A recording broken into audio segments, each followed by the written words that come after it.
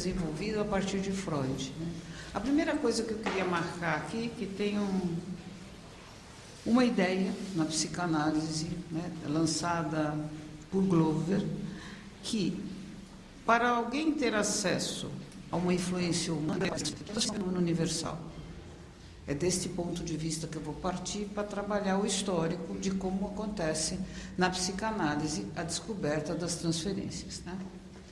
Freud, até 1920, ele pensou que descobre a transferência, foi na mirada do século, né, no final do século XIX para o começo do século XX, sobretudo no caso Dora. Freud vai até 1920 pensando a transferência como um fenômeno resistencial. Resistencial do inconsciente, resistencial à análise. A partir de 1900, porque até 1920 o que dominava na teoria freudiana e na clínica era a ideia do recalcado, da questão da libido, né? E em torno de 1917 ele começa a descobrir uma coisa que ele vai denominar de compulsão à repetição em 1920 para frente, mas uma compulsão à repetição diferente da que ele pensava antes, porque no início ele supunha que o recalcado tinha a tendência a voltar. Então essa seria a compulsão à repetição de antes de 20. A partir de 1900, e isto apareceria na transferência, então os aspectos recalcados se repetiriam na relação com o analista, né, para evitar, para impedir a possibilidade da análise e do material ser dissolvido. Bom, em 1920 ele descobre uma nova forma, a partir de 17 e 20 ele descobre uma nova forma,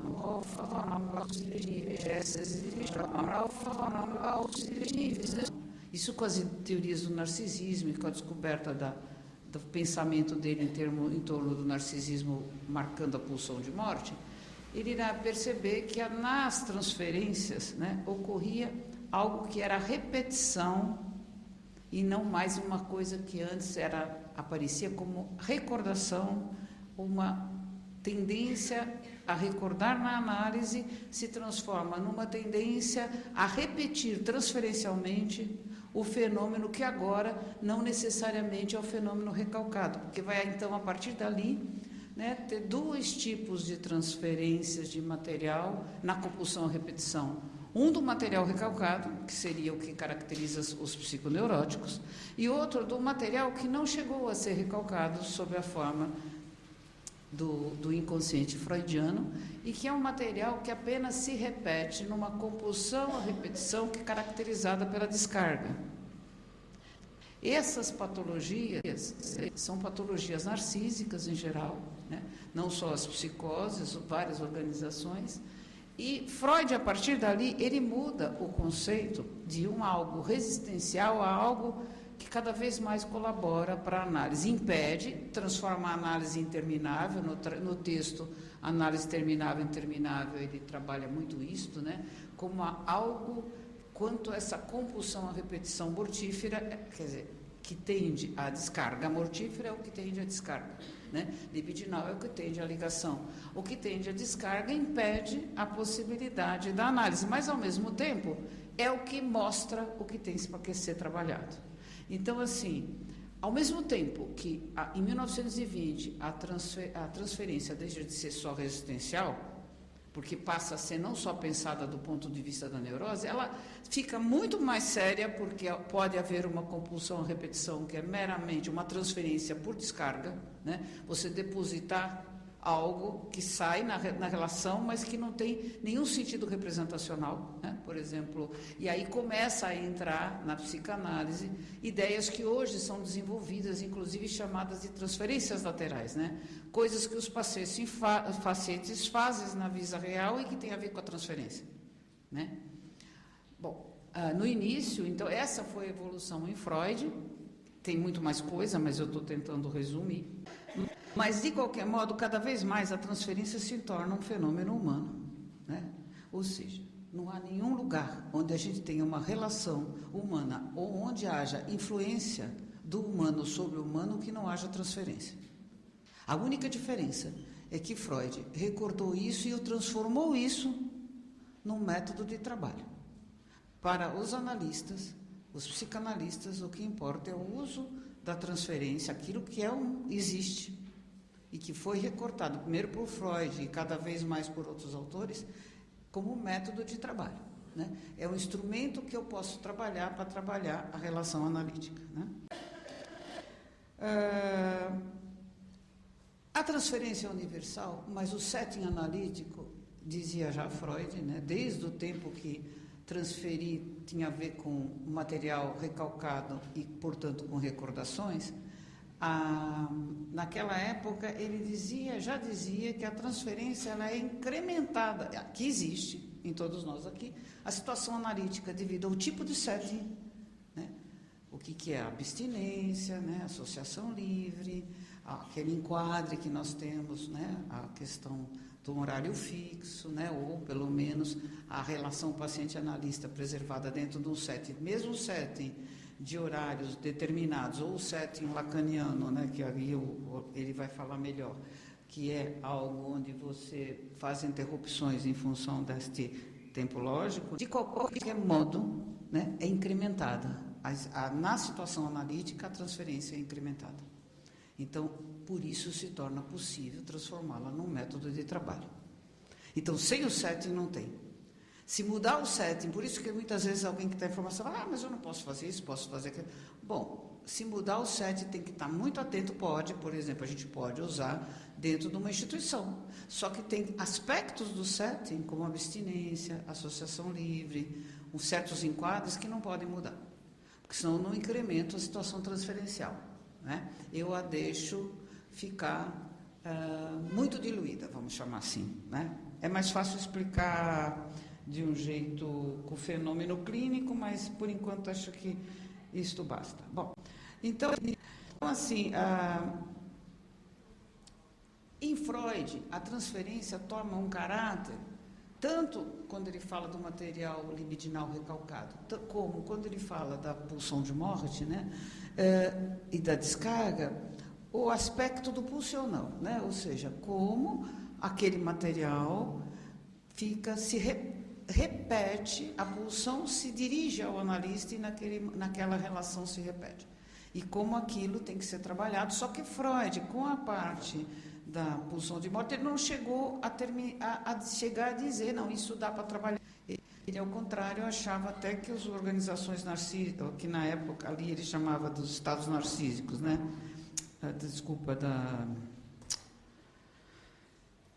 não eram organizações, não é, estados narcísicos é um termo posterior.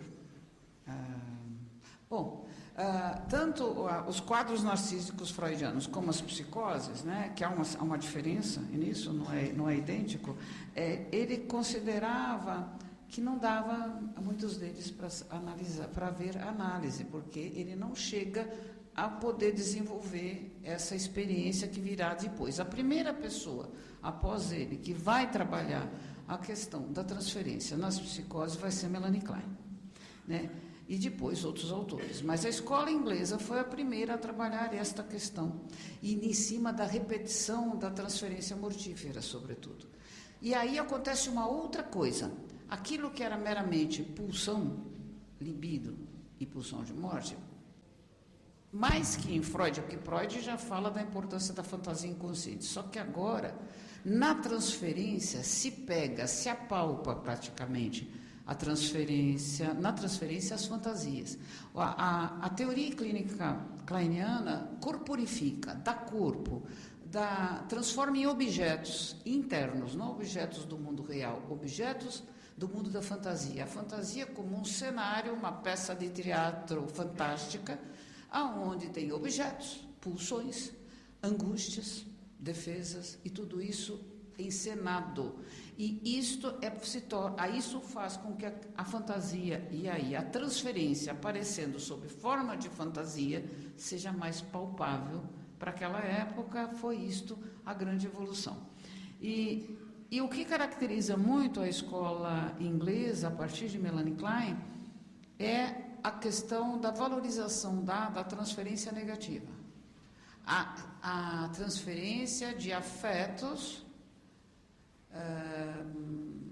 hostis, invejosos, sádicos, né? E que isto é dado muita importância. Do mesmo modo, eu diria assim, que do mesmo modo que Freud abriu os caminhos para se descobrir que a sexualidade infantil existia, Melanie Klein abriu os caminhos para que a psicanálise desse ouvidos mais à destrutividade, à agressividade destrutiva, não uma agressividade libidinal, né? Porque tem uma agressividade na teoria e na prática que é ligada a uma pulsão de domínio libidinal. Quando ela toma o peso da pulsão de morte, onde a fusão, porque não existe pulsão, a pulsão, para começar, é um construto teórico, né? Mas, em segundo lugar, na vivência só existe pulsão fundida, isso por postulado freudiano, né? E toda a psicanálise maneja com a fusão pulsional. Mas o que é isso? Pode ter uma fusão onde a libido dá conta de comandar, dá um jeitinho na pulsão de morte, né? E dá conta de dirigir tudo para uma solução libidinal. Por exemplo, pode existir um sadismo mais libidinal, né? Por outro lado, quando a fusão é mais patológica, isso é um termo cunhado por um pós-kleiniano, o Rosenfeld, e a fusão é patológica, a pulsão de morte, ela domina, e na transferência vai aparecer todo aquele impedimento para análise, toda a compulsão à repetição numa transferência muito negativa, que são as transferências narcísicas, né? Então, vamos dizer assim, a grosso modo, quando a transferência ela pende para o libidinal, com o domínio do libidinal, ela é muito mais uma transferência neurótica. Quando a transferência ela pende muito mais para o destrutivo, é assim que a escola vê, né? E na clínica a gente percebe, você tem organizações narcísicas e você não tem as psiconeuroses, né? Ou então as psicoses, né? E que mais que interessa a vocês aqui no momento, já está encerrando, é assim, que a grande conquista da Melanie Klein, porque ela passou a estudar, quando ela começou a clínica dela, foi com crianças e depois com psicóticos. O que ela pôde acrescentar e criar acima da teoria freudiana foi isto, na clínica, a partir da transferência, ela descobre essa destrutividade ligada à potência do mortífero. Então, as fantasias mortíferas passam a tomar conta da psicanálise da época, tá? Eu acho que depois vem os seguidores, e a escola está aí até hoje. A forma de trabalhar mudou muito, né?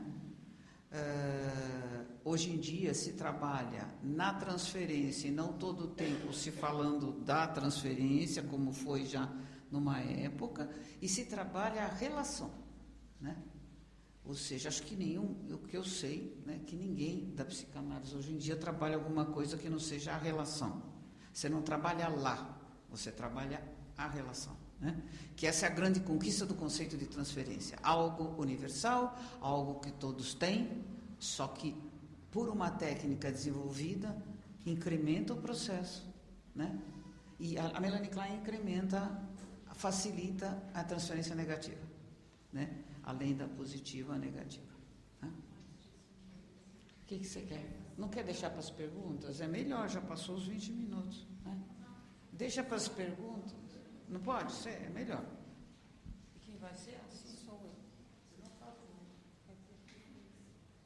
Esse quem é? Esse? Alô?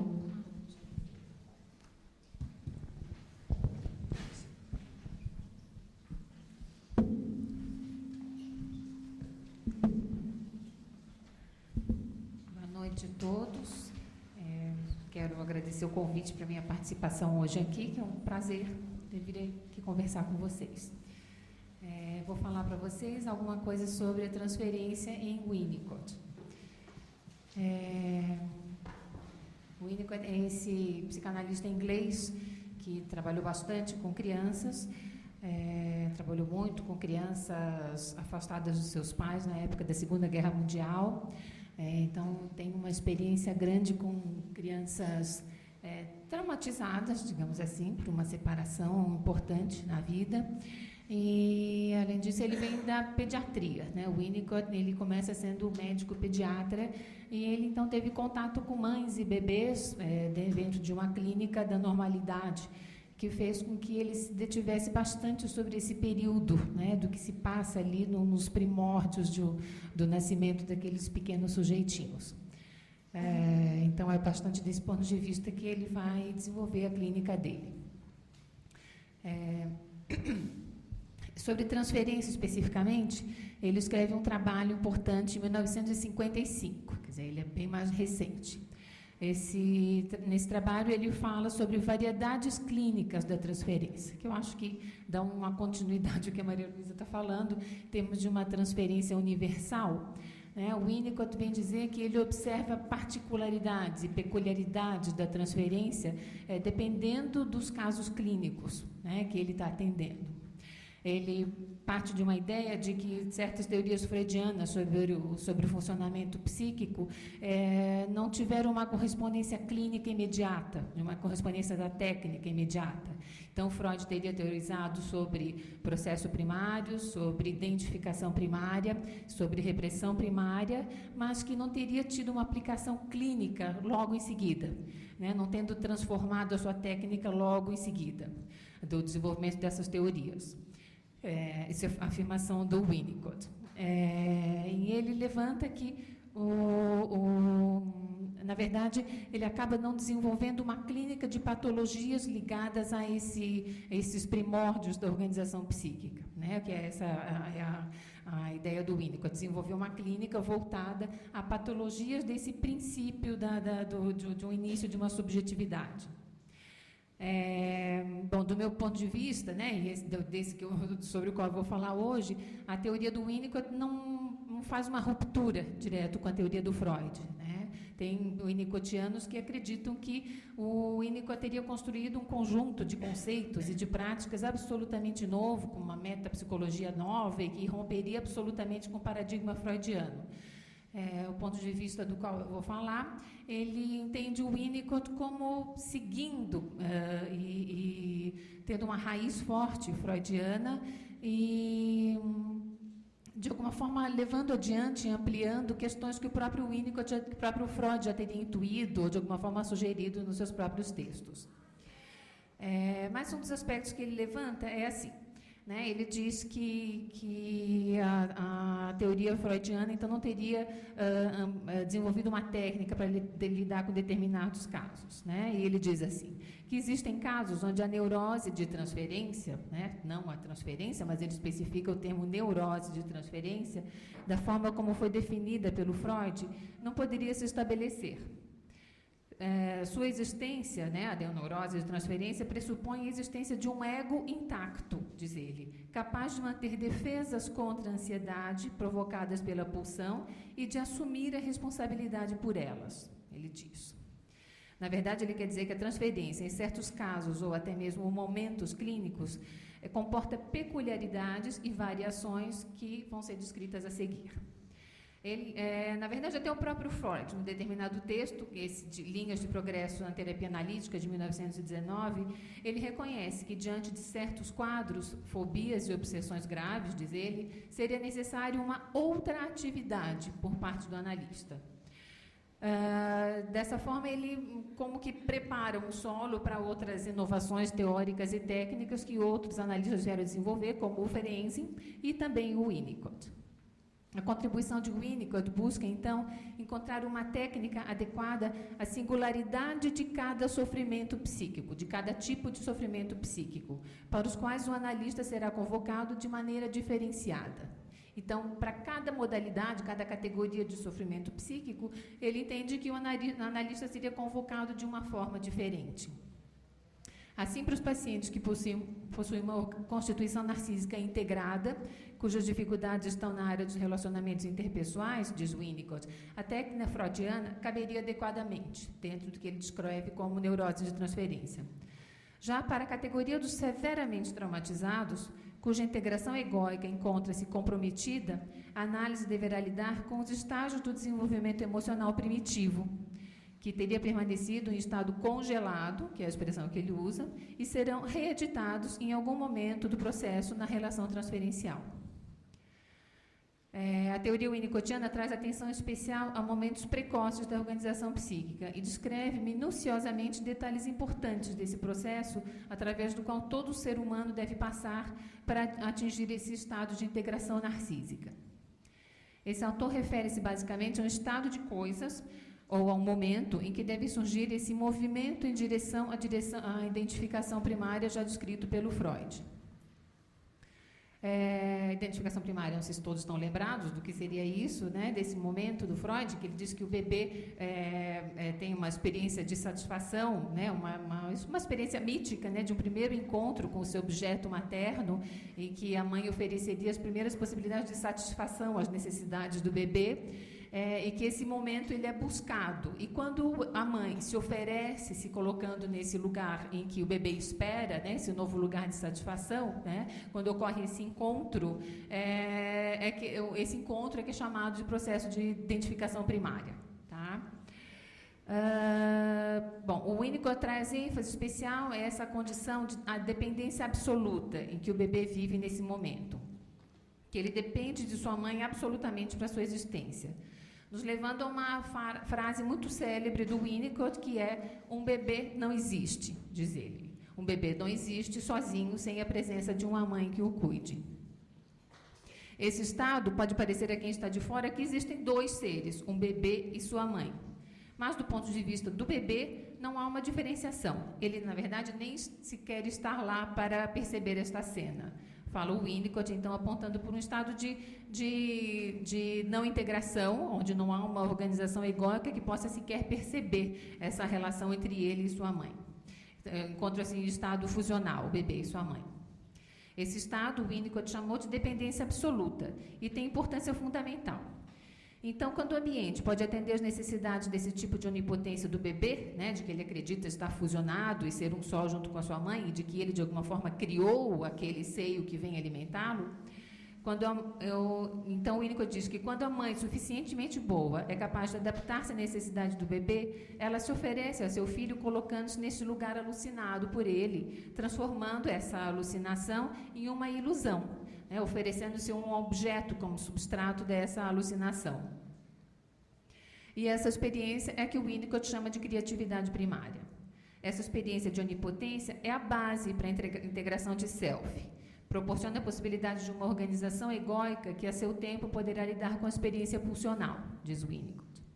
Mas, se a adaptação ambiental não é suficientemente boa, complica-se a possibilidade de organização egóica.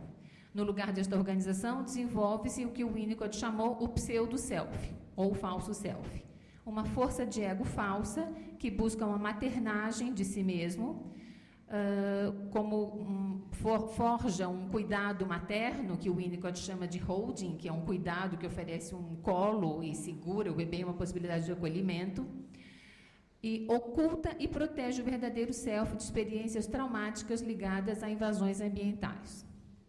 Há como um congelamento do self verdadeiro e o indivíduo fica, então, assujeitado aos imperativos do ambiente, ao qual estará sempre muito atento em busca de controle e de proteção. Pode haver um excesso de intelectualização ou até mesmo um mimetismo dos adultos à sua volta, construindo uma falsa organização egóica cuja base é a submissão ao ambiente. O falso self tem a função de proteger, mas, por outro lado, pela falta de experiências reais, traz um empobrecimento ao sujeito que impede a possibilidade de sentir-se real. Surgem daí os casos observados comumente na clínica contemporânea dos estados de vazio, de sentimentos de inutilidade e de irrealidade, comprometendo o que o Winnicott chama de um viver criativo. Assim, Célia, de 52 anos, me procura dizendo que precisa retomar a vida profissional, que abandonara no nascimento de seu filho, que agora já tem 13 anos.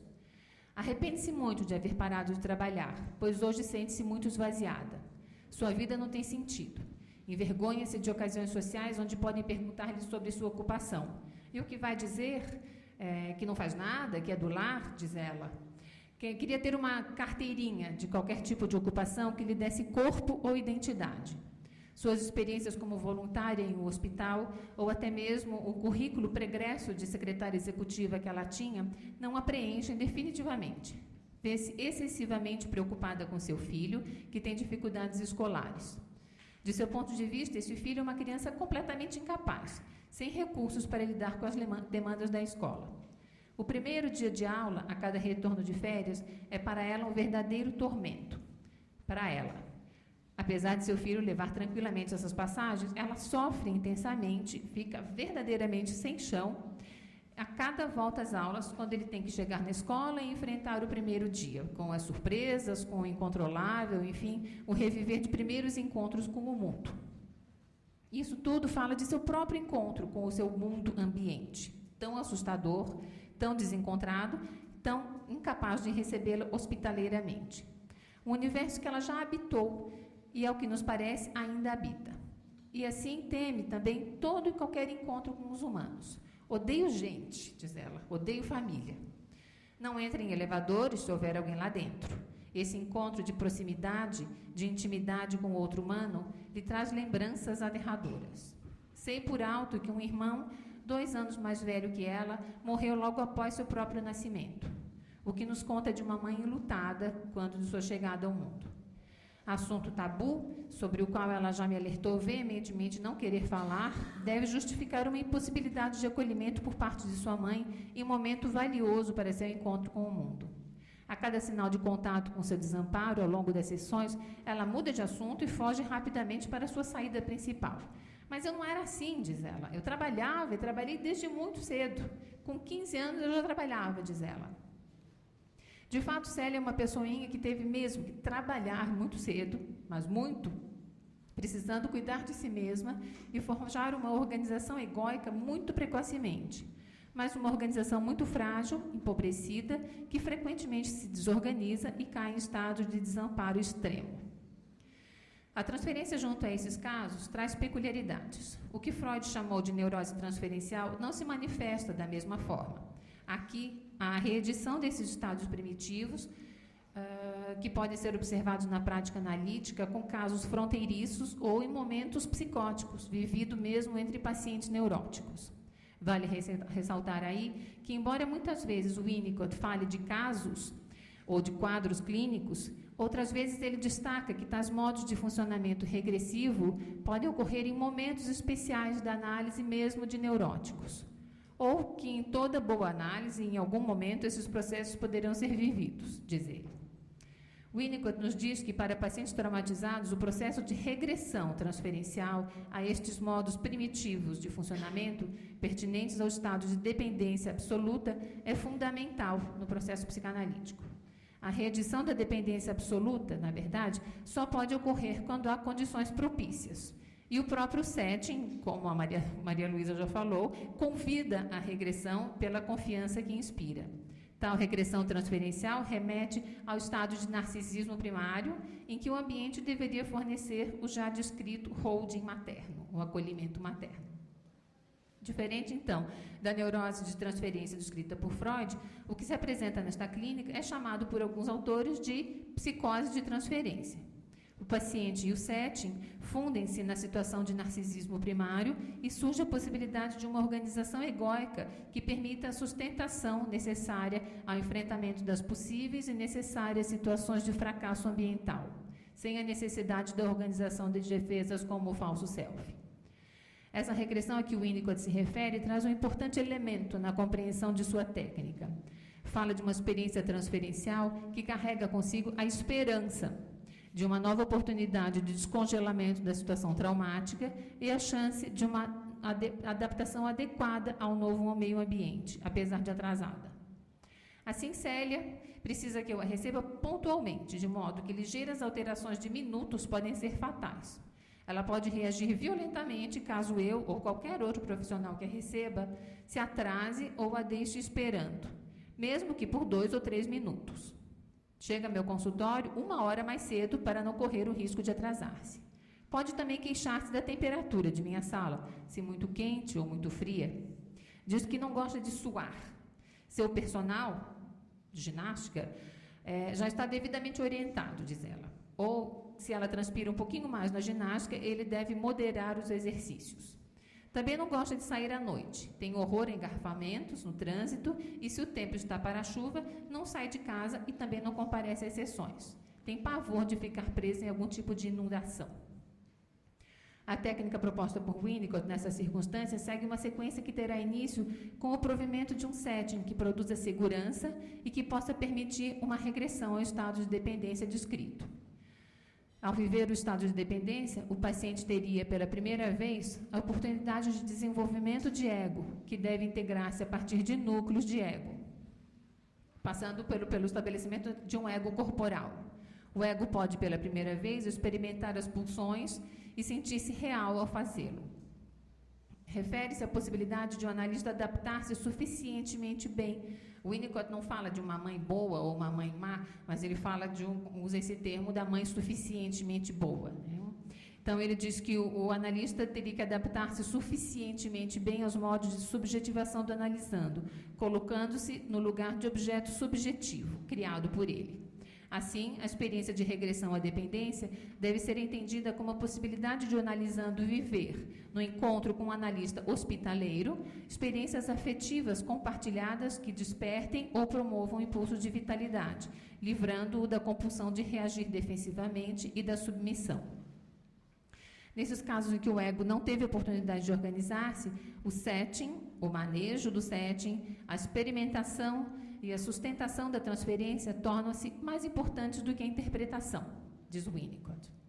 Joana, a menininha de 3 anos, que havia sido deixada no hospital ao nascer e não queria ser adotada, chega até mim excessivamente temerosa de qualquer encontro com desconhecidos, que não fossem do abrigo onde morava desde nascer. Nossos encontros reeditavam seus temores de aproximação com o mundo humano, que para ela poderia ser desastroso. Depois de longo período de hesitação e aproximação muito delicada, ela começa a ensaiar pequenas aproximações e um rudimento de vínculo. Traz lencinhos de papel para as sessões, que, para além de enxugar suas lágrimas, tornam-se conteúdo de extrema importância que precisam rapidamente de novas embalagens que os contenham. Nosso trabalho passa a ser, então, a construção de embalagens para esses lencinhos. Fazemos envelopes e bolsas de diversos modelos. Daí ela se entretém com esse trabalho que envolve recortes e colagens. Logo surge a ideia de fazer colagens em seu corpo. São tatuagens, etiquetas com seu nome escrito, corações desenhados em sua mão. De modo que sai sempre das sessões com diversos elementos colados em seu corpo, que parecem buscar o estabelecimento desse momento de identificação primária, que passa pelo contato corporal de pele e que vão instalando um sentido de contornos identificatórios, na linha do que Winnicott denominou holding e handling, que são os conceitos dele, funções básicas da função materna. Uma delicada trama que busca articular e integrar um ego corporal a um psiquismo. Esse vínculo transferencial é baseado não somente na reedição do amor incondicional materno, como uma maternagem benevolente e complacente, vale ressaltar. Se Winnicott propõe um início de trabalho fundamentado na regressão a estados de dependência absoluta, a ideia principal é a criação de um espaço de sustentação a partir do qual possa surgir a possibilidade de lidar com a desfusão com a mãe e as frustrações inerentes ao encontro humano. Tendo atingido a possibilidade de regressão no setting, Winnicott descreve o que chama a possibilidade de descongelamento da situação traumática, a expressão da raiva relacionada ao fracasso ambiental inicial. O paciente passa a ter a ousadia de poder usar os insucessos de adaptação do analista, de forma que o ego possa começar a recordar os fracassos originais já vividos. Os fracassos ambientais que tiveram efeitos disruptivos na época podem ressurgir na transferência como uma outra oportunidade e então o paciente pode sentir raiva e ódio ao ambiente. A maneira como ocorre essa mudança de experiência de ruptura para experiência de raiva é uma questão muito importante. Winnicott descobre que os fracassos do analista têm uma importância fundamental quando podem ser utilizados no processo. Na utilização das falhas do analista, o paciente pode reagir adequadamente a eles, zangar-se, queixar-se e encontrar outras saídas para os inevitáveis desencontros. É essa parte do trabalho que liberta o paciente da dependência absoluta do analista. No processo de desfusão deste movimento em direção à realidade compartilhada, coincide com o amadurecimento em direção à independência relativa. O bebê... Vou falar aqui. O bebê precisa destruir seus objetos subjetivos de modo a colocá-los fora de seu controle onipotente. A esse movimento, Winnicott deu o nome de uso de objeto. O uso do objeto refere-se à possibilidade de destruição dos objetos subjetivamente concebidos para a apropriação dos objetos encontrados na realidade compartilhada. Para isso, é necessário um movimento que pode ser considerado destrutivo, dirigido ao objeto primordial. Neste caso, o analista ocupará este lugar de João Teimoso, como diz o Daniel Kuperman. Mas essa destruição do objeto subjetivo tem como condição essencial a capacidade de sobrevivência do objeto sem retaliação. Assim, em Um Brincar e Realidade, que é um trabalho muito importante do Winnicott, encontra-se a ideia de que no curso do processo analítico, o psicanalista comparece tanto como presença sensível, quanto como alteridade radical, afirma Kuperman. Primeiramente, surge a regressão à dependência e a projeção dos afetos do analisando sobre a figura do analista. Porém, com o afastamento gradual e o movimento em direção à independência, surge a passagem de um relacionar-se com o objeto para o que chama o uso do objeto. A experiência de transferência em Winnicott configura um arriscado desafio. É preciso poder odiar e deixar-se odiar, sobrevivendo a esse movimento emancipatório do analisando, sem abandono e nem retaliação. O desafio consiste em habitar, junto com o analisando, a terceira área de experimentação. E essa é a proposta de trabalho transferencial, uma oportunidade de jogar nesta área intermediária, que situa-se no limite entre realidade subjetiva e realidade compartilhada, entre dentro e fora, entre processo primário e processo secundário. Assim, o lugar transferencial baseia-se na experimentação de transicionalidade, que é um movimento constante e necessário para a apreensão do real a partir de um investimento narcísico baseado na dependência absoluta.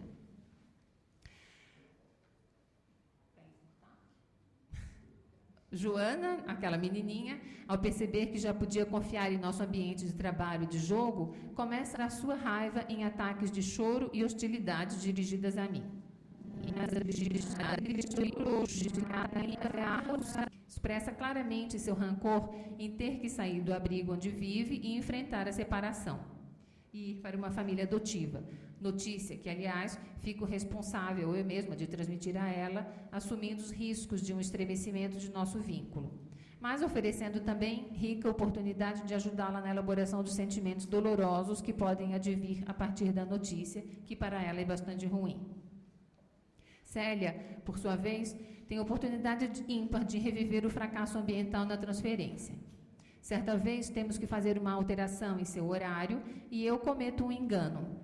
Fatal para quem tem tanta necessidade de constância e de ritmo. Marco com ela às 15 para as 10 e me engano marcando em minha agenda 10h15. Ela chega com 1 hora de antecedência habitual e não pode entrar na sala de espera, pois ainda está trancada. Mais tarde, quando chego, percebo que ela havia deixado muitos recados em minha secretária eletrônica, furiosa. Esbravejava, queixando-se de ter ficado no corredor, junto ao pessoal da limpeza, em situação humilhante. Dizia que se eu não queria mais atendê-la, que dissesse logo. Ligo para ela, peço desculpas pelo meu engano. Digo-lhe que tem toda a razão de ter ficado muito chateada, pois é mesmo muito ruim esperar alguém e essa pessoa desapontar-lhe. Digo que gostaria sim de poder continuar a trabalhar com ela e ofereço um outro horário em seguida. Ela diz que não sabe se virá com todo o rancor que lhe agora é de direito. E digo-lhe que sei que ela pode não vir, mas que estarei lá na hora proposta à sua espera. E ela vem. Então era isso que eu tinha para vocês hoje. Estou à disposição para perguntas. Obrigada, Cíntia.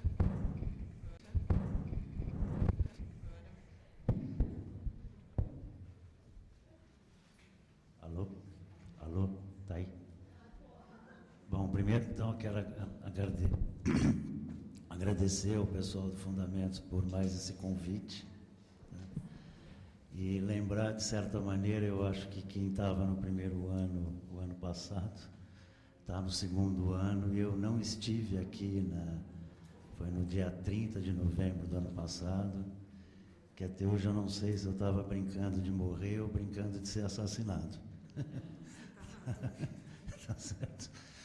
Que nesse dia eu tive um problema de saúde X e fui objeto de um erro médico que quase me matou. Tá certo? Então, para mim, é um ano depois, praticamente, é uma felicidade estar aqui inteiro. E que eu saiba, não está faltando nenhum pedaço. Pelo menos que eu tenha percebido. Bom, então eu vou falar um pouquinho do Lacan para vocês, gente. E primeiro, eu não sei se eu vou usá-los, mas só para manter o estilo lacaniano, eu vou escrever 3 esquemas na lousa.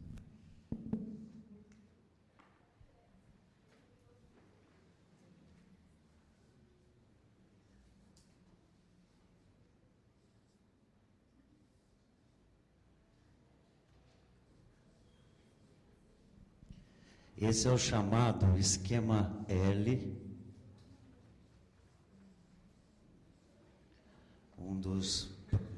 se for o caso, depois eu explico, tá?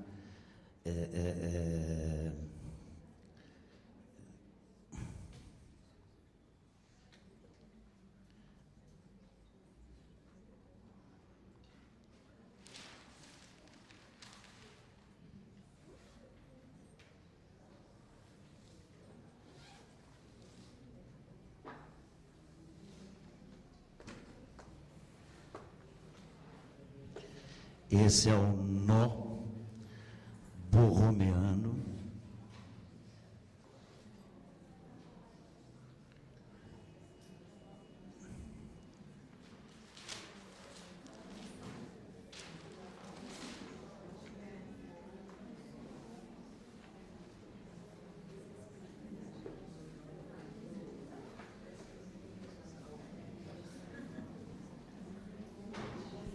E esse aqui, gente, é o discurso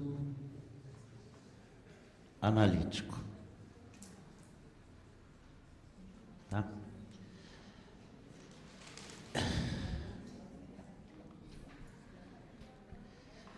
Talvez eu fale neles, talvez eu não fale. Oi?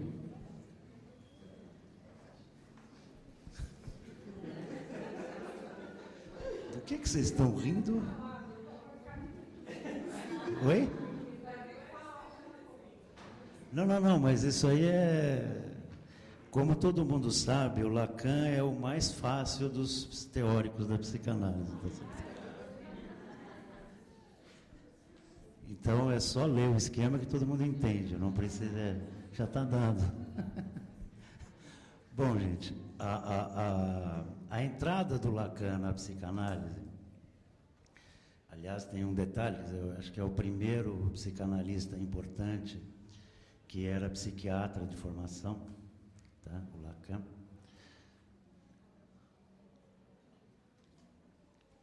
Mas a entrada dele na psicanálise se deu sob a égide do tal do retorno a Freud. Tá? O que Lacan chama de retorno a Freud, para deixar a coisa bem clara, não é uma repetição canônica ou bíblica dos escritos freudianos. Tá? O que Lacan chama de retorno a Freud é o que se consideraria original em Freud. Tá? E Lacan vai dizer que o original em Freud são fundamentalmente 2 coisas. É que é possível, eu vou usar essa palavra, vocês coloquem aspas aí, curar as pessoas pelo simples ato de alguém falar para um outro. tá? Que isso é uma originalidade freudiana. Tá? Vocês podem dizer para mim, responder para mim, que, sei lá, toda uma tradição religiosa se sustentaria nisso, tá? Eu vou lá, me confesso com o padre, com o rabino, com o pastor, com o mulá, com sei lá eu quem, né? E saio de lá melhor, né? Mas tem um detalhe: o padre, o rabino, o pastor, o mulá, o Buda, sei lá eu quem, ele sempre tem uma espécie de discurso normativo em relação à minha dor, tá? Coisa que efetivamente o psicanalista renuncia, tá? Então tem uma diferença fundamental entre a palavra que cura na antiguidade religiosa, assim, e a palavra que cura na modernidade psicanalítica, se eu posso dizer assim. E essa diferença fundamental é a posição do analista. Tá? Esse é o ponto 1. O ponto 2, que isso se dá porque há o simbólico. Para Lacan, o simbólico em Freud não é, sei lá, essa cruz aqui, né? Essa cruz o Lacan chamaria de uma analogia, tá? Porque é um ícone que representa sempre a mesma coisa, tá certo? Assim como a bandeira do Brasil representa sempre a mesma coisa, tá bom? Né? O detalhe do simbólico em Lacan é que qualquer coisa pode representar qualquer outra coisa. Então eu posso usar uma palavra qualquer para querer dizer algo que eu nem sei do que eu estou falando. Tá certo? Tá? Essa é e que Freud teria deixado esse testemunho para nós em 3 textos originais do Freud, tá? Acho que vocês não vão encontrar nada na história da humanidade anterior a esses 3 textos com essa noção, que os textos são a interpretação dos sonhos, a psicopatologia da vida cotidiana e o xiste e suas relações com o inconsciente, tá? Onde é o Freud brincando literalmente de que uma coisa X pode querer dizer Y, Z, J, H, e essa é a noção de simbólico para Lacan. E então, retornar a Freud é retornar a esses 2 princípios, tá? Para complementar o primeiro princípio, que eu posso curar alguém dirigindo a minha, ou recebendo a fala dele na minha direção, porque se parte do princípio, e isso acho que é uma coisa absolutamente freudiana, que eu tenho um saber a respeito do qual eu desconheço. É a noção de recalque que já foi falado aqui anteriormente. Tá? E se vocês, então, reverem a interpretação dos sonhos, o xiste e a psicopatologia da vida cotidiana, todo o trabalho freudiano, tá? Não é exatamente, aí eu vou discordar da Maria Luísa, não é exatamente um trabalho sobre a relação, mas é um trabalho sobre a decifração disso, desse saber, né, que eu desconheço, tá? O Freud tem uma frase, não sei bem em que texto, que ele diz o seguinte: o neurótico simplesmente não sabe que sabe, tá? Então, que há esse saber e que esse saber, ele está, de alguma maneira, representado no sintoma, no ato falho, no sonho, no xiste, e seja lá como for. E que o papel do analista é esse papel de decifração. Tá? A isso, gente, para usar um termo que o Lacan trouxe para a psicanálise, é o que se chama sujeito suposto saber. Tá? Eu posso dizer de uma maneira bastante simples que quando alguém procura um analista, ele procura esse analista nesse primeiro momento, supondo que o analista sabe alguma coisa a respeito dele. Se o analista estiver na posição de analista, que é aquele terceiro que eu escrevi lá, depois eu falo para vocês, né? Ele vai calar-se, ele não vai dizer, ah, sim, eu sei o que faz o senhor, ou a senhora, ou você sofrer, e solta e se desanda a falar a respeito disso. Ele vai dizer, tá bom, então, meu querido, fale. No momento que o analista faz isso, ele desloca o sujeito suposto saber para o analisante. Porque o analista parte do princípio que ele tem um saber que ele não sabe. É uma coisa lógica, né? O raciocínio do Lacan é muito lógico nesse sentido. Então, simplesmente fale. E aí ele segue aquilo que já foi dito aqui, pelo caminho da associação livre. Ah, mas o que eu falo, doutor? Fala qualquer porcaria, meu querido. Diga o que você quiser, diga o que lhe venha à mente. É isso que o analista diz. Tá? Essa é a tal da regra fundamental psicanalítica. Tá? E não é porque o analista é um preguiçoso vagabundo que não quer trabalhar, entendeu? Não é exatamente por isso. É que ele está partindo desse princípio. Há um saber aí. Tá? Então, esse sujeito suposto saber, se o analisante coloca no analista, o analista coloca no analisante, portanto, o sujeito suposto saber é um terceiro nessa relação, que ele fica entre os dois. Tá? Bom, abrindo agora um parêntese e falando um pouquinho do Freud. Acho que ao ver do Lacan, mas fundamentalmente a meu ver também, o Freud fala de duas transferências que, a princípio, são muito distintas. Uma delas é essa transferência que a Maria Luísa comentou, que é a transferência como resistência. Tá? E que, naqueles textos técnicos do Freud, especialmente a dinâmica de transferência, o amor de transferência, recordar, repetir, elaborar e tudo mais, que essa transferência que, de certa maneira, vai corresponder a uma espécie de suspensão da fala do analisante, tá? Que aquele dizer, então, acaba sendo ocupado por um branco. Ah, doutor, eu não tenho nada o que dizer. Tá? Não tenho nenhum pensamento na minha cabeça. Tá?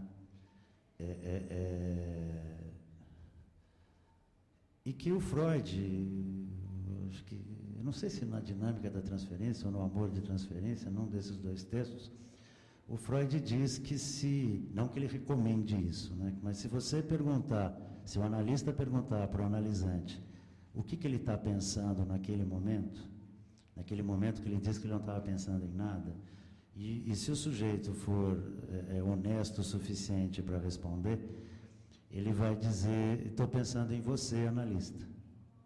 Tá? E aí, essa transferência, então, resistencial imaginária, é a transferência que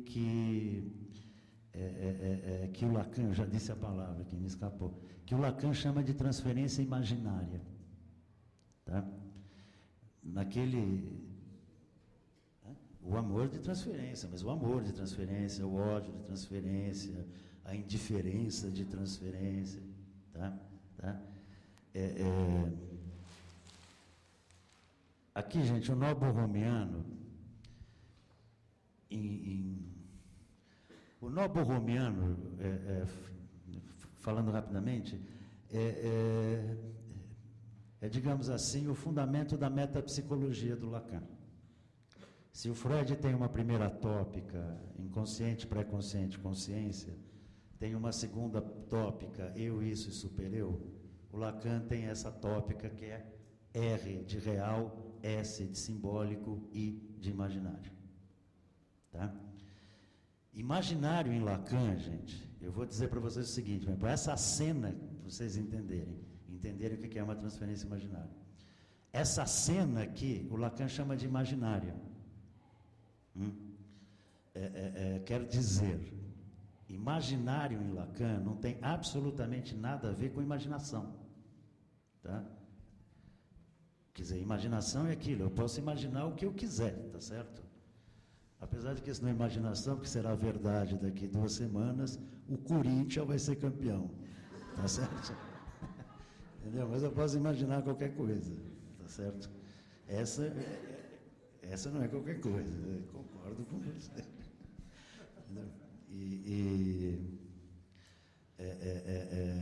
Mas o imaginário em Lacan é o contrário disso, é que tem a ver com a ideia de imagem, tá? De imagem como aquilo que é pregnante, que é presente, tá claro? Quer dizer, então todos nós aqui estamos a princípio admirando ou não as nossas imagens recíprocas, tá claro? Quer dizer, então o imaginário é o que tem de mais consistente, tá claro? E se ele é o que tem de mais consistente, gente, ele impede o simbólico, tá certo? Já que eu defini o simbólico como aquilo que pode valer por qualquer outra coisa. Quer dizer, o simbólico não tem ponto de parada. Bom, até tem, mas eu não vou explicar isso aqui agora.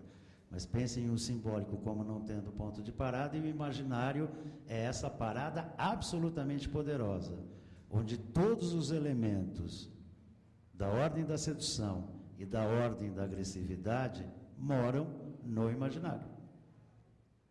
Tá?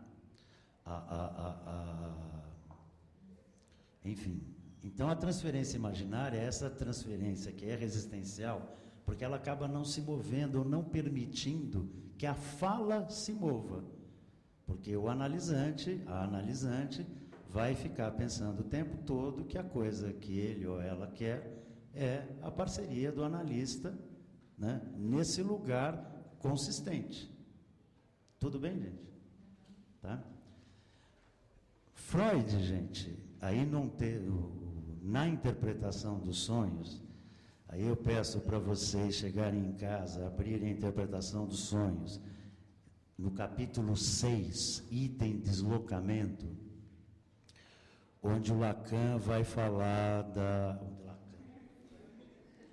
onde o Freud, desculpe, ainda bem que eu não disse Durval, tá certo?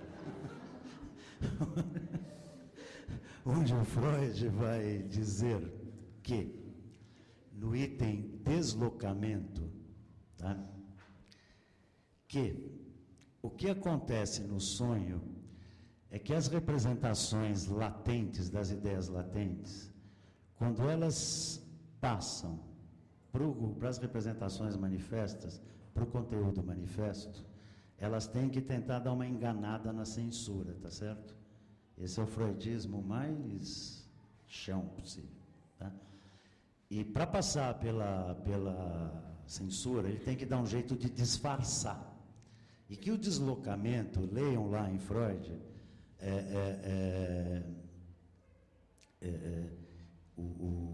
é a maneira mais eficiente de se enganar a censura, porque todos os valores, é esse o termo que o Freud usa, que estão no conteúdo latente, né, vão transferir-se completamente para o conteúdo manifesto, de tal forma que a representação de maior valor latente vai aparecer no sonho como um detalhe que pode passar desapercebido.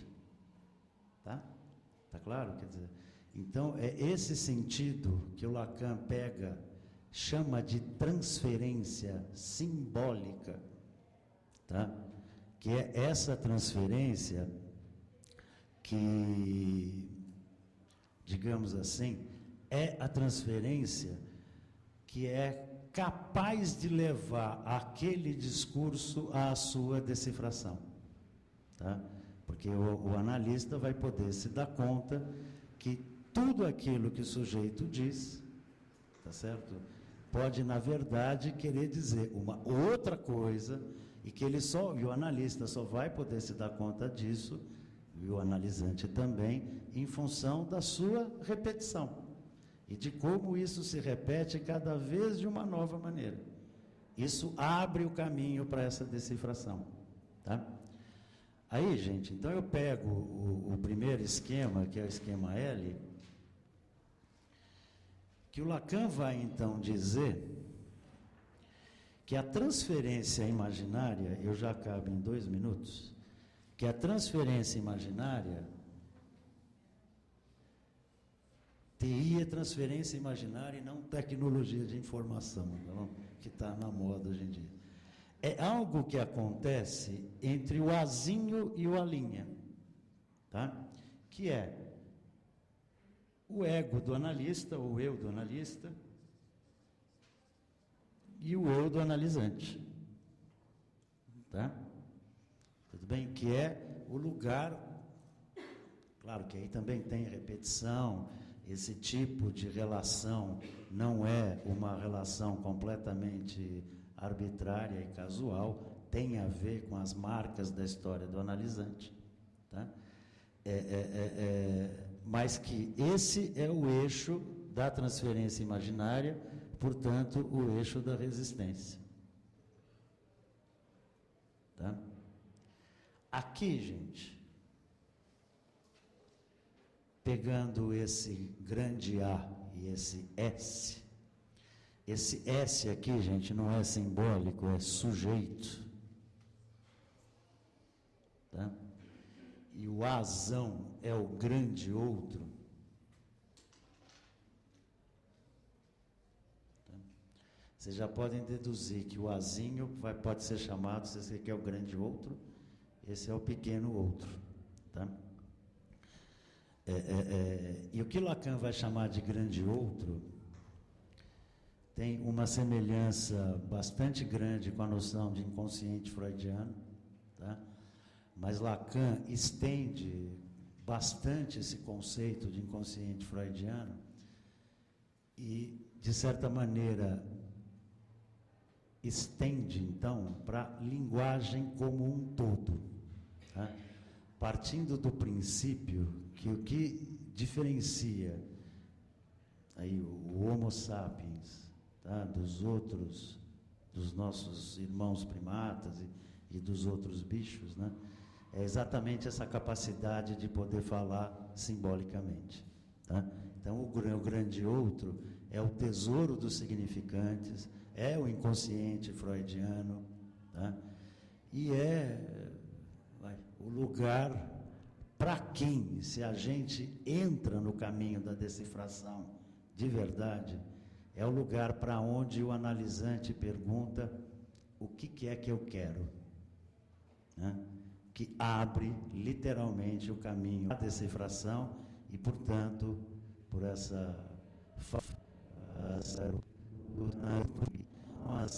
famosíssima e já centenária cura pela palavra, que é a psicanálise. Obrigado.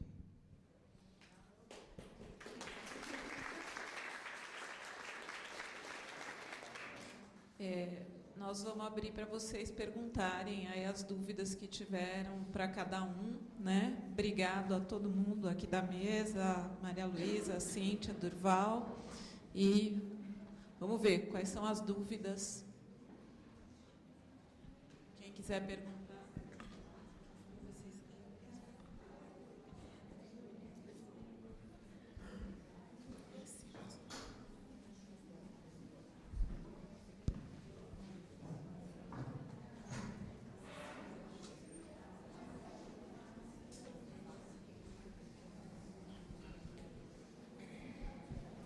Oi.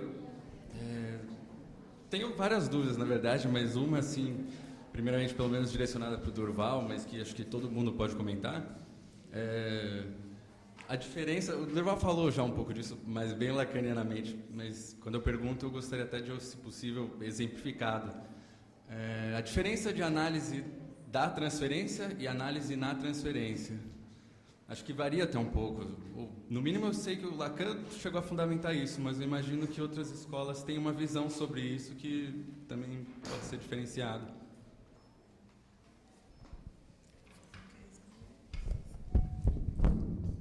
Alô? Olha, nossa. Olha, gente, essa análise da transferência, o que eu entenderia é a análise da transferência imaginária. Tá? Quer dizer, daquele conjunto de elementos em nome da resistência que impedem, de certa maneira, da análise prosseguir. Tá? A análise na transferência é que, aí, como disse a Maria Luísa no começo, não tem a menor possibilidade de uma psicanálise, talvez de um tratamento médico, por mais que os médicos tentem levar isso para o campo do tecnicismo mais puro, uma relação entre fiel e sua igreja, né, que não aconteça dentro desse contexto de uma transferência que envolve qualquer tipo de laço entre dois seres. Tá claro? Então, a análise acontece na transferência. Acho que a boa análise é aquela que fica exclusivamente na vertente da decifração. Eu acho que esse era o sonho do Freud, diga-se de passagem. Tá? E a análise da transferência é quando surge algum elemento que precisa efetivamente ser interpretado, decifrado, para que a análise possa voltar para o seu leito original. É isso que eu imagino.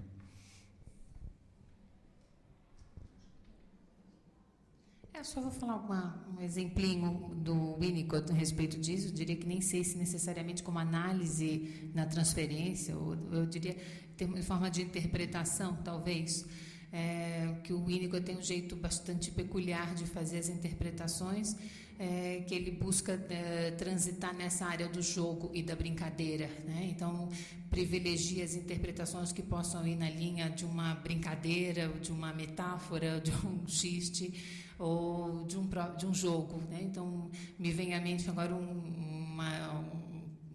um exemplo dele, por exemplo, de uma menininha que está usando um bonequinho, que ela bate no bonequinho, né? Ela está, digamos, fazendo esse momento do uso do objeto que o Winnicott descreve. E a forma dele interpretar não é dizendo, você está me batendo, ou você está com raiva de mim, ou nada nessa linha, mas ele simplesmente, a cada estocada que a menina dá no bonequinho, ele diz, ui, ui, ui, que é um jeito dele de fazer a interpretação na transferência, né?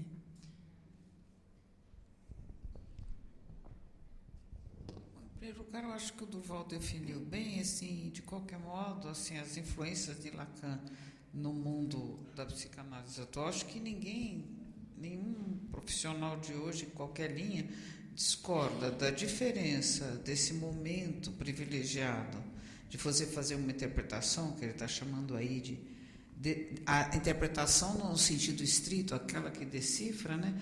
E a questão do trabalho naquela condição transferencial. Melanie Klein e a escola inglesa privilegia muito o trabalho na transferência. Tudo é considerado transferência, tudo que ocorre dentro e fora, o que é trazido pelo paciente é considerado transferência.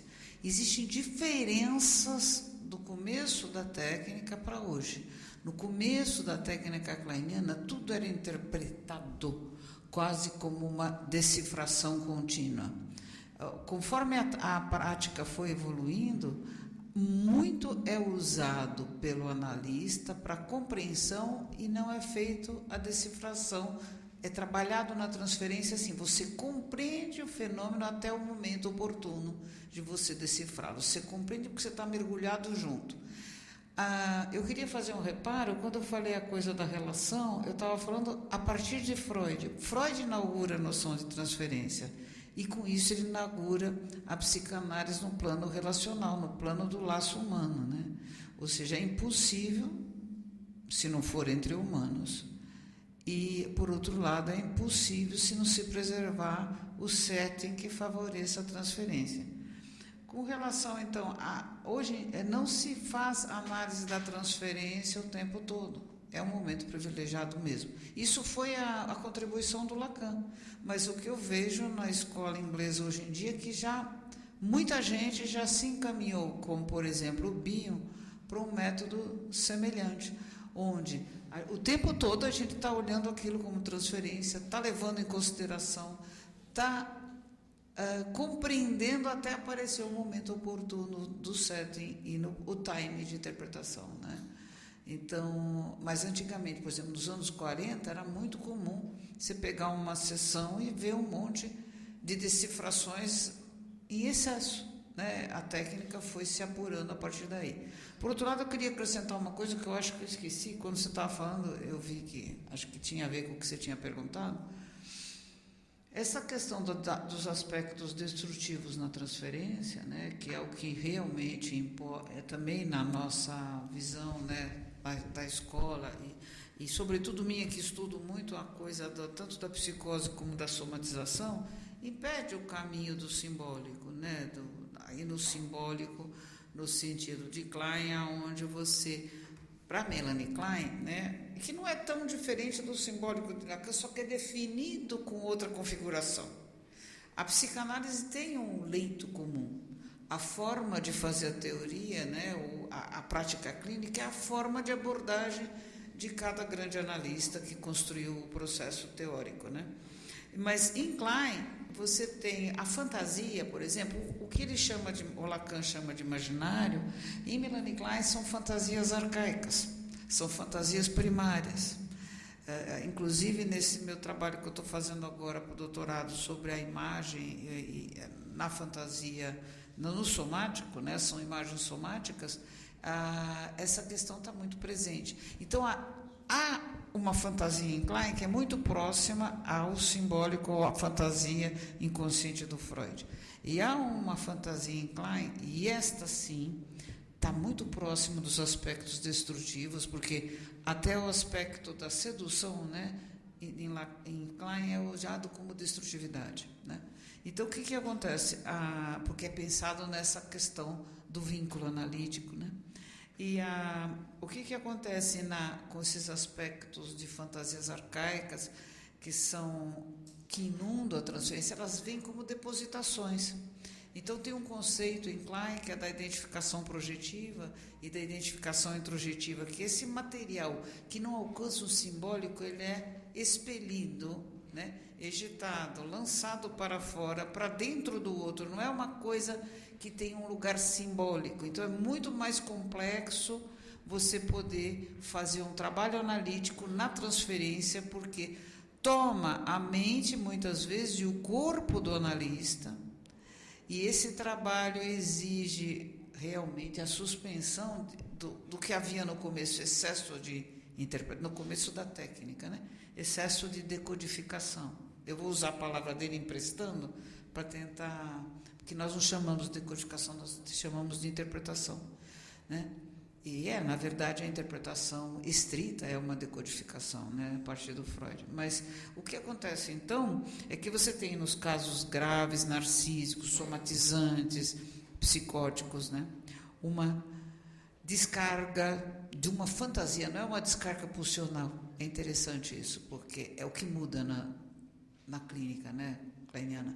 Você descarrega uma fantasia para dentro do outro, com angústia, com objetos arcaicos, com toda a violência pulsional. E só esse gesto fantástico, né? Eu chamei de gesto porque é um gesto em fantasia, é uma acting em fantasia, você realmente já age de modo violento, porque você invade o outro. Por outro lado, quando você faz não é igual a projeção, a identificação introjetiva, é um conceito kleiniano que é baseado na não diferenciação entre sujeito e objeto. Próximo, quer dizer, não é nada igual ao que o Winnicott chama de fusional, mas é a mesma etapa, ou seja, ela trabalha esse momento funcional do bebê e de certas organizações mais arcaicas como um estado fusional no que, em vez de eu projetar lá e introjetar de lá, eu faço uma identificação projetiva num outro que não é outro, que é no qual a fusão é marcada em Klein por dois mecanismos, identificação projetiva e introjetiva. O outro não é outro, e o que o bebê faz é tentar se livrar para dentro. E o aspecto bebê, uma coisa que eu também pulei, o aspecto bebê de um neurótico, ele deverá aparecer mais cedo ou mais tarde numa análise kleiniana, né, que são os aspectos arcaicos. Eu não gosto muito de chamar de aspectos psicóticos da mente, apesar do próprio Freud ter chamado o sonho de psicótico, né? Mas eu prefiro chamar de aspectos arcaicos, que eu acho que a psicose, eu não sou psiquiatra, né, mas eu acho que a psicose, mesmo na psicanálise, é uma coisa muito específica. A gente pode dizer, tem um aparentado nas fantasias do bebê e do paciente em regressão, né, no caso com as psicoses, né? Mas então a transferência é completamente diferente na escola inglesa, e eu acho que nas outras também, pelo que eu depreendo dos meus colegas aí, que o lugar que o analista tem que ocupar é outro de uma situação de uma transferência neurótica. Isso não quer dizer do neurótico, porque o neurótico, a maior parte do tempo, ele faz transferências mais neuróticas. A organização narcísica, o psicótico, as pessoas que apenas falsos self-somatizantes, são pessoas que o tempo todo fazem transferências muito arcaicas, muito violentas, e que têm um efeito sobre o analista. E essa capacidade do analista de metabolizar isso, de poder ele, ao trabalhar no plano do simbólico, transformar aquilo que é uma descarga e uma fantasia quase que corpórea no simbólico, sem falar pelo outro, né?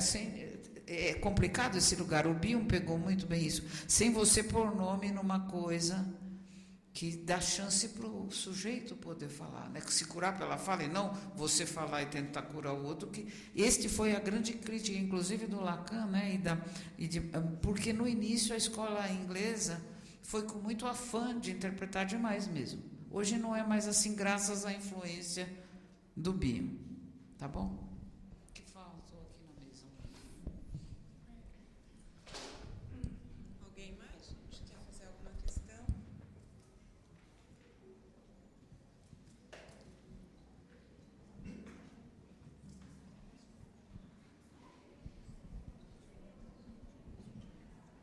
É uma dúvida bem básica, na verdade. Como você mesma disse, a base é a mesma para todos.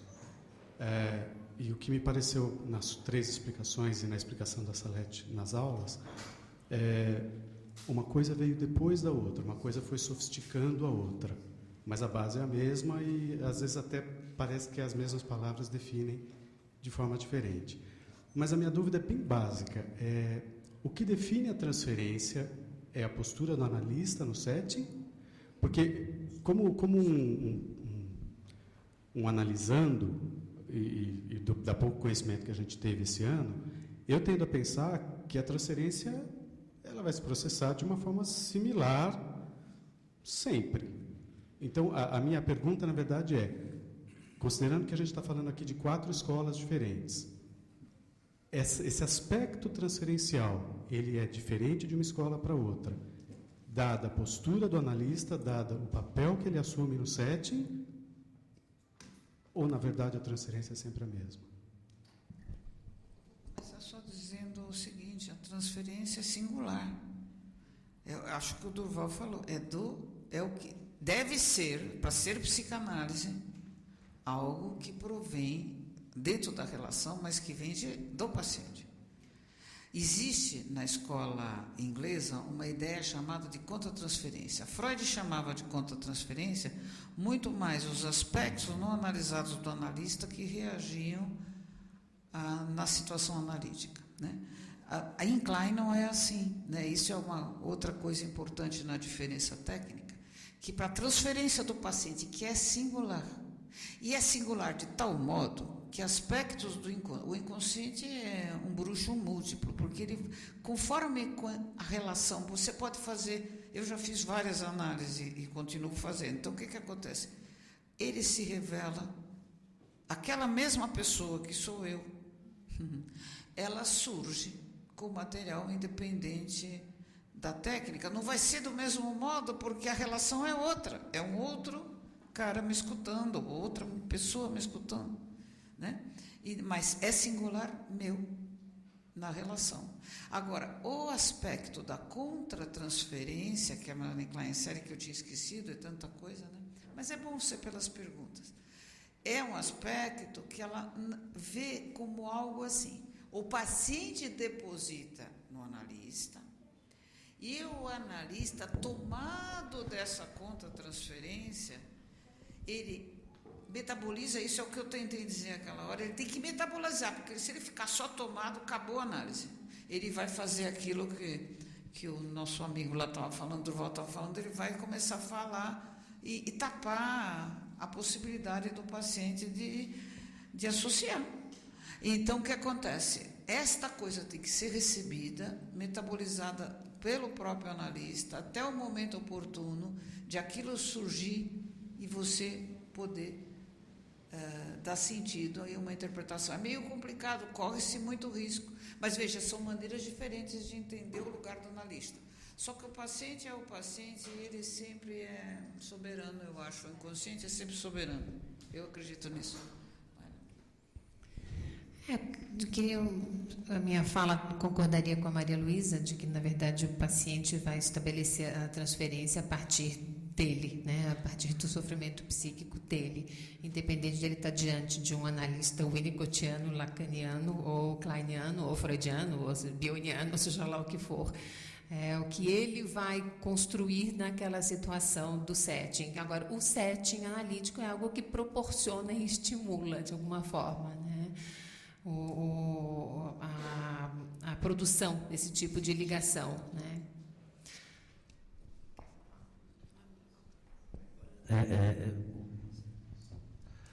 O que eu diria é o seguinte, tentando responder, se pensar a transferência, que é uma maneira como eu tentei falar, como uma transferência de saber, né, que pode tomar a forma imaginária e a forma simbólica, quer dizer, então, estou eu aqui, de repente me sinto mal por alguma razão, tá? Então, o nosso mundo moderno, pós-iluminista, oferece uma série de lugares aonde a gente pode procurar uma resposta para isso que me falta. Tá? Eu falei rapidamente aqui, esse lugar pode ser um consultório médico, esse lugar pode ser um confessionário numa igreja católica, tá? E esse lugar pode ser um gabinete de analista, tá? Quer dizer, o que eu diria é que o médico vai dizer alguma coisa do tipo baseada num saber exposto, tá claro? Olha, o que o senhor tem é uma micose de unha, tá? Então o senhor faça X, Y, Z para tratar a sua micose de unha. É uma maneira de trabalhar essa transferência, que não tem nada a ver com a transferência como analista trabalha. O religioso vai dentro das crenças dele fazer uma coisa, eu não diria parecida, né, porque vai fazer a referência a algo da ordem da transcendência, mas há ali, como eu disse anteriormente, um conjunto de regras, de normas, de procedimentos, tá, e de atitudes que eu vou ter que passar a fazer depois de eu ter cometido algum pecado. Estou angustiado porque fiz uma coisa errada sexualmente, ou seja lá o que for. Quer dizer, então, o padre, o rabino, ou sei lá eu quem, vai instrumentalizar isso de uma outra maneira. E o analista vai instrumentalizar do jeito próprio da psicanálise, que é isso, fale. Né? Há um saber aí, tá claro? Que eu quero ouvi-lo, tá? Que eu vou saber que esse saber vai vir disfarçado, né? Ele vai ter dificuldade de ser colocado em palavras, ele vai se amarrar em algum nexo transferencial imaginário, tá claro? Mas assim, quer dizer, então, tentando responder diretamente a sua pergunta, eu diria que a transferência é um fenômeno, então, como disse a Maria Luísa, universal, que um kleiniano vai instrumentalizá-la de um jeito, o winnicottiano de outro, o lacaniano de outro, o padre de outro, o médico de outro, o estelionatário de outro, entendeu bem? Está certo isso?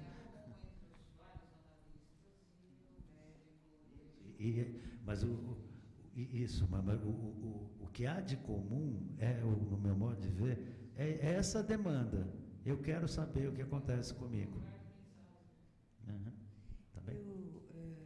Eu ouvi vocês e eu estava pensando na sua questão, e uma coisa que me ocorreu assim, que nem todos falaram, a transferência está sempre em curso. Mas se não tem escuta, não tem análise. Então, se não tem escuta da transferência, não tem análise. Eu acho que isso é o básico, para mim. Não é? Se não tem escuta, então, a transferência é do paciente? Mas a escuta, você tem que ter um analista que escute a transferência. Porque a transferência está em curso em todas as relações.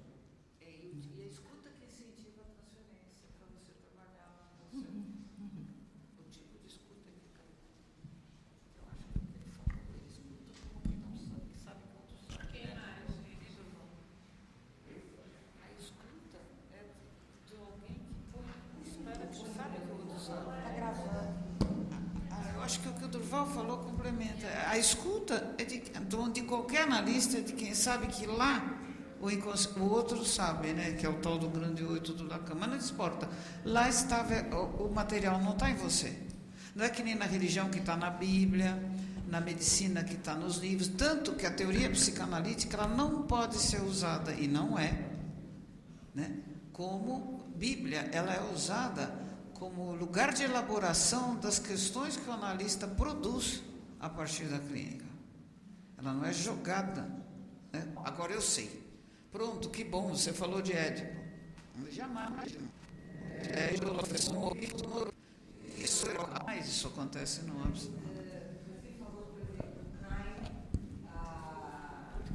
a Cíntia falou de Winnicott, Durval falou de Lacan, e não vou fazer uma comparação com Bíblia, mas eu diria assim, meu modo de ver, né? Que o eixo de uma situação da análise, né, vai depender de como essa transferência vai ser instrumentalizada. E isso é diferente em Klein, Winnicott e Lacan. E se a gente juntar tudo na mesma coisa, vai ser difícil trabalhar. Porque eu acho que eu tenho um referencial teórico que me baliza uma forma de pensar a relação, né, com o paciente e escutar a transferência. Se eu, uma hora, escutar kleinianamente, outra hora... Bom, eu vou estar numa confusão absurda na minha cabeça. Então, assim, a análise é absolutamente singular, eu acho, né, e depende da parceria. Aliás, falando sobre esse tema, aliás, acho que vale a pena ressaltar, porque o Winnicott faz questão de salientar, né, que esse trabalho na transferência psicótica, né, que ele chama como situações de regressão de paciente, é uma técnica sofisticada, né, que ele recomenda que somente analistas experientes possam fazer uso dessa técnica, né, porque pode parecer alguma coisa muito simples, né, mas, pelo contrário, ele diz que praticamente não façam em casa sem supervisão de um adulto. Ele diz que é uma técnica que só deva ser usada para analistas que tenham tido longa prática com pacientes em neurose de transferência, né, só para salientar. Se eu tenho direito a mais 10 segundos, eu gostei muito porque acabou sendo respondido em grupo mesmo. A pergunta não foi tão bem formulada, mas a resposta foi ótima. Porque a pergunta, na verdade, era essa. Eu entendo que a transferência deva começar mais ou menos do mesmo jeito em todos os processos que estão sendo falados aqui, mas é a escuta que vai determinar para que lado ela se desenvolve ou como ela se desenvolve. Eu não sei se a minha afirmação está correta. Eu acho que a forma como cada um de vocês trata a escuta é que leva a transferência, todas elas devem chegar num ponto comum, mas a forma como essa transferência se desenvolve durante o tratamento, ela não acredito que ela deva ser igual em cada uma das clínicas. Era essa a minha pergunta. Como paciente, eu digo, não muda, claro que eu não posso, o mesmo analista não pode fazer todas as coisas, sabe? Não fica uma maluquice, mas é claro que o outro importa, a forma de escuta, mas isso não vai mudar. O material que vai vir sempre. É como um caleidoscópio. Então, conforme o jeito de olhar muda, mas é aquilo. Eu sou eu.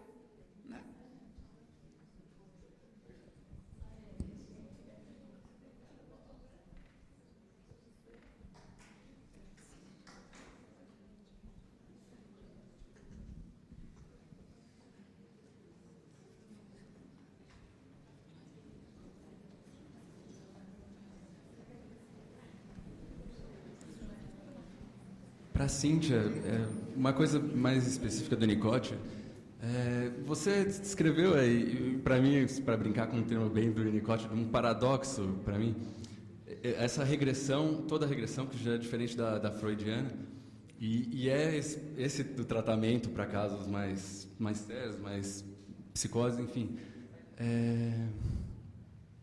Ele fala, e você leu aí, eu recomendo para quem tem uma predominância de neurose, né, um tratamento standard freudiano. E, ao mesmo tempo, ele depois fala, mas para todo mundo é bom essa regressão. Como se opera? Né? Esse é mesmo um dos paradoxos winnicottianos, né? Na verdade, ele fala nesse texto que ele resolve se dedicar ao estudo da transferência, ele diferencia em categorias de quadros clínicos, né?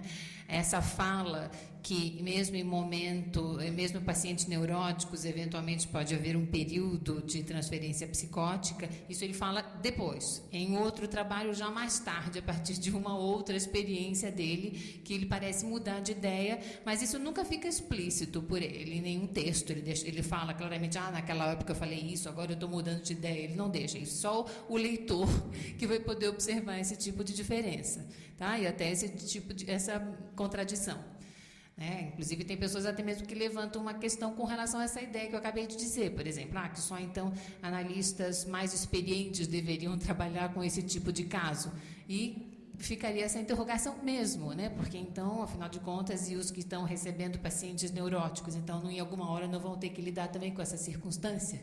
Né? Seria uma pergunta que alguém poderia fazer a ele, hoje em dia, talvez.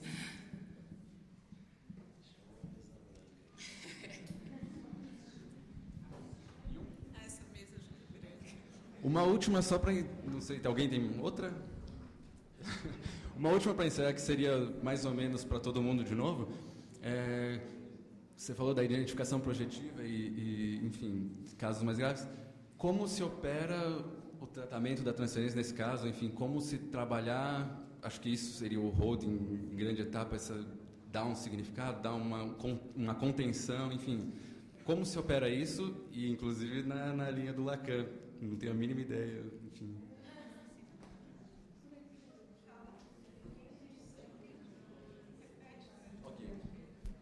Como se procede ao tratamento de uma transferência mais de uma psicose, ou como vocês falaram, enfim, se tem uma identificação projetiva, como você trabalha uma transferência desse nível? Isso, né? Como você trabalha uma transferência de um nível mais regredido? Lacanianamente falando, não sei me explicar, mas a ideia é como você trabalha a transferência num nível mais... Olha, ela é francamente imaginária. O Lacan não é um adepto do termo regressão, sabe? Dessa maneira como é pensada pelo Freud, e me parece, tanto pelos kleinianos quanto pelos winnicottianos, como se fosse uma espécie de retorno a um estado primitivo, arcaico. Tá? O Lacan não desenvolve nenhum pensamento nesse sentido. Tá? Mas ele é bastante freudiano no sentido de, apesar dele dizer não devemos ceder diante da psicose, tá? E o seminário 3 do Lacan se chama As Psicoses, e no seminário 23, que é o sintoma, que é sobre o Joyce, quer dizer, não é sobre o Joyce, mas que o Joyce é o exemplo, James Joyce lá, o escritor do Harold Bloom lá, ou qualquer coisa do tipo, que ele tenta repensar essa questão, mas essa noção de regressão, dessa maneira, ela não frequenta os textos lacanianos. Tá? A questão é o que acontece com o manejo da linguagem no psicótico. Tá?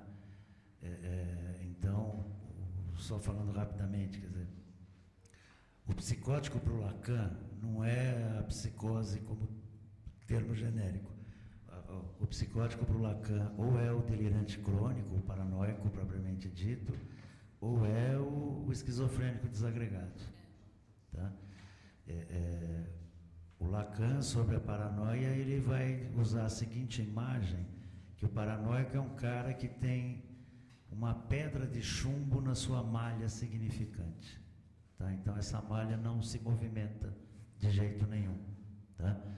Quer dizer, o paranoico, como todo mundo que tem uma mínima vivência psicopatológica, é o sujeito da certeza. Tá? Quer dizer, eu sei que você passou a mão assim no seu rosto, porque você quer dizer para mim uma mensagem de que eu sou um filho bastardo, sei lá. Tá? E isso é uma coisa absolutamente firme no discurso do paranoico. E o esquizofrênico é, no certo sentido, especialmente o esquizofrênico epifrênico, desagregado, que é o esquizofrênico típico, né? Onde, na verdade, a fala dele não tem nenhum ponto de estofo. Tá? Quer dizer, a fala vai indo de significante a significante, significante, significante, significante, significante, e fica muito difícil, para usar um termo que acho que a Cíntia usou, né, para metaforizar alguma coisa que possa entrar no campo da significação. Tá? O Lacan, então, pensa as dificuldades da psicose, não em termos de regressão, mas em termos de como é que o sujeito assume o laço dele com a linguagem. Tá? É isso. Alguém mais quer responder?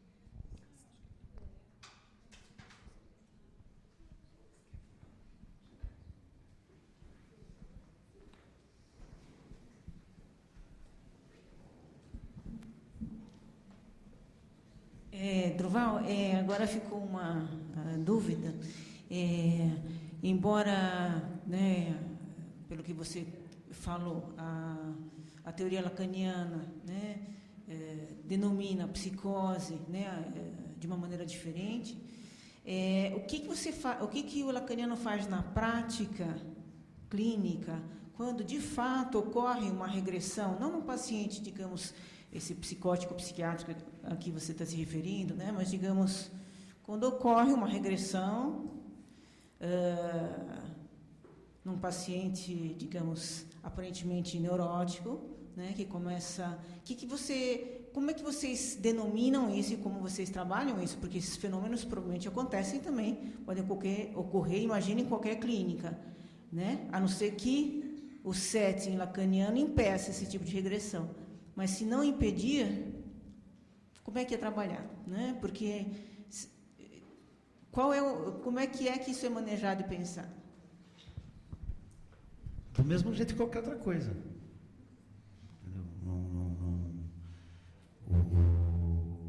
É tentando decifrar o que é que acontece naquele momento onde o sujeito, sei lá, está chorando, o cara está chorando, espera ele parar de chorar, vai fazer o quê? Entendeu? Chorando, ele não fala coisa nenhuma.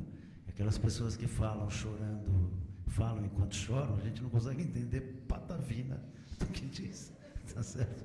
Então espera passar.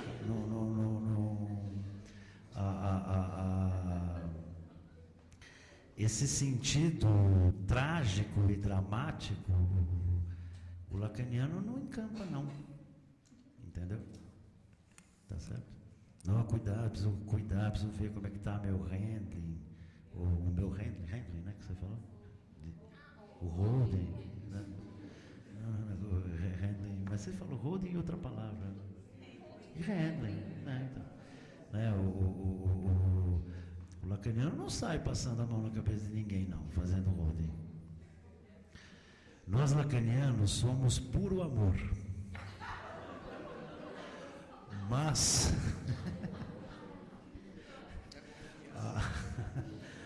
a gente não sai passando a mão na cabeça de ninguém, não. Mas você não está dizendo que elas fazem isso, né? Não, eu não estou falando isso, mas a gente não muda. Aqui na Melanie Klein passando a mão em alguém. A gente não muda o estilo de intervenção. A análise lacaniana é uma análise que faz um apelo à responsabilidade do ser.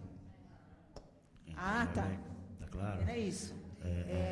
Qual é o estilo, digamos, né? Como é que é a escuta lacaniana desses fenômenos? São fenômenos que podem acontecer. Pode acontecer. Né? Como é que é a escuta? Vai acontecer o tempo todo. Entendeu? vamos decifrar, vamos ver o que é isso, entendeu? Tá certo? É uma promoção da angústia do desamparo, né? E deixa acontecer.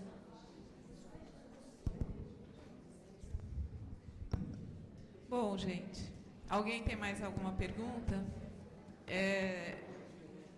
Eu quero agradecer a presença da Maria Luísa, da Cíntia, do Durval.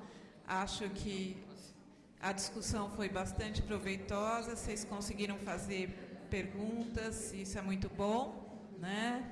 E já viram que se o debate fosse se estender, ia começar a esquentar aqui, porque vocês já viram que isso que parecia bem parecido no começo, já deu para ver que não a base é a mesma, né? Mas eu só vou concordar com eu só falaria uma frase: nós corintianos somos puro amor, Durval.